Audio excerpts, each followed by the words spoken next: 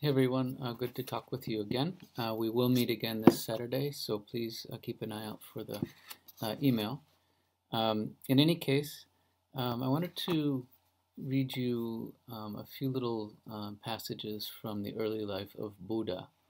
They talk about how dispassion takes root and then bears fruit inevitably.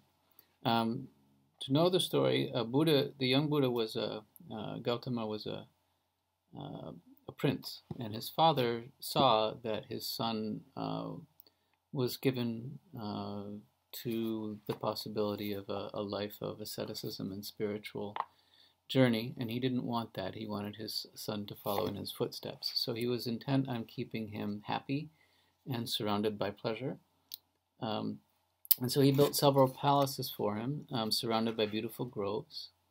All the servants were young and handsome and pleasant. There was nothing ugly anywhere. No one mentioned anything that was painful. Everyone was gay and active and happy.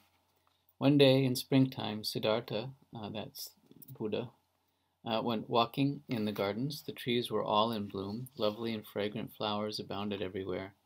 The birds sang merrily. The tame squirrels played with each other, disregarding Siddhartha and his comrades. Bees buzzed in the skies, and the myriad-hued butterflies floated hither and thither. Siddhartha was perfectly happy. But he had sharp eyes, and he met another sight even in that beautiful place. The lizards stalked and swallowed the ants and insects, gulping them down greedily, their unblinking eyes staring steadily.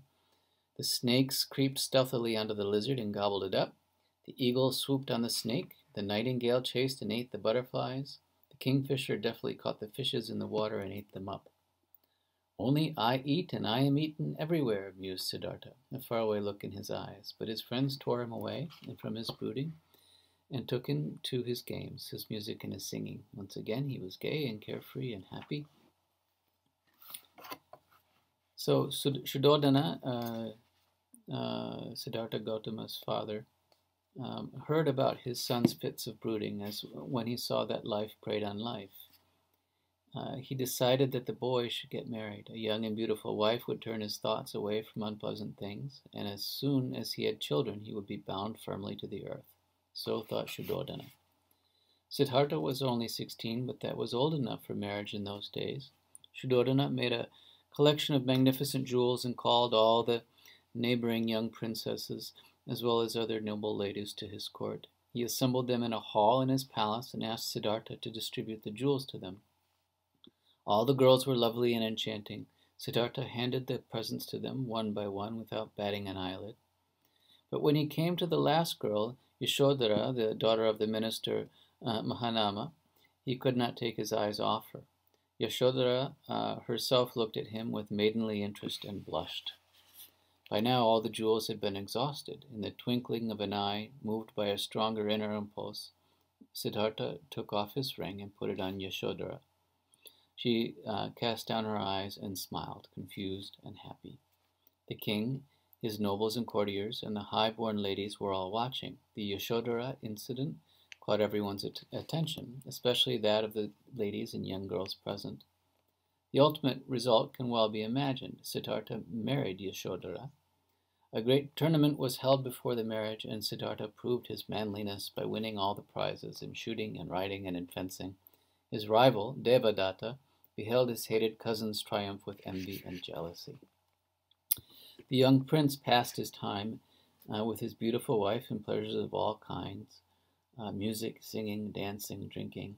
Lovely maidens now lived in his palace and danced to the sound of golden kettle drums, wearing gossamer thin dresses. Siddhartha watched them intently, Yashodhara by his side. A beautiful young son was born to Siddhartha and Yashodhara. He was called Rahula. Shuddhodana was now happy. The danger period is over, he thought. So he allowed Siddhartha to leave his palace now and then and drive through Kapilavastu in his chariot. That's the land. But he gave orders that the prince should see nothing unpleasant or sorrowful. A crowd of armed retainers surrounded him, and only happy and gay young men and women came forward and garlanded him. Others in the crowd lined both sides of the streets, cheering and bowing. But once, An emaciated old man broke through the cordon and came to his chariot. He was shriveled and bent and supported himself on his staff. He mumbled a few incoherent words and begged for alms. "Who is he?" cried Siddhartha, alarmed and excited. "He is an old man, sire," replied the charioteer, Chandaka, or Chana for short. "Is he of the same kind as us, Chana?" "Yes, sire. Everyone becomes like him when he becomes old." "What is becoming old, Chana?"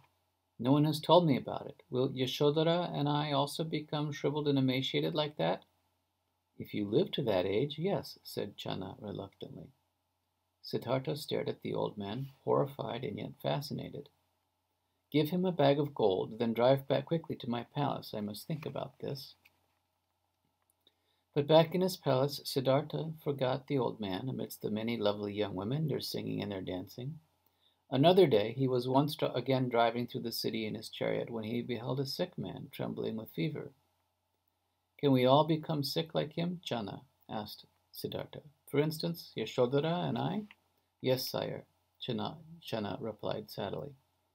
"Then turn back. I did not know that good health was so precarious." When he went out to the city a third time, Siddhartha saw a funeral procession. He watched closely and saw a man on a bier shrouded in white. "Why does he lie motionless like that, covered in white? And why are people silent and weeping, Chana?" asked Siddhartha. "Sire," replied Chana, "the man is dead. He will see no more, hear no more, speak no more, eat no more, and feel no more." "Will we all die, Chana? Will Yashodhara and I die?" "Alas, my lord, yes," replied Chana. "All human beings, high or low, rich or poor, wise or foolish, must die one day. There is no escaping death."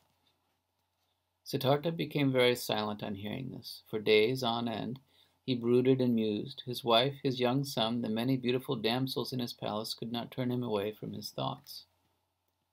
After some time he again went out for a drive in the city. This time he saw a hermit under a tree, dressed in the saffron robes of a sannyasi, a monk, one who has renounced the world. He was serene and calm. Siddhartha went up to him. "Who are you, sitting there so calm and contented?" he asked. "Don't you know that old age, sickness, and death stalk the world and strike down everyone without distinction?" "I do know, my son," replied the hermit in soothing, dignified tones.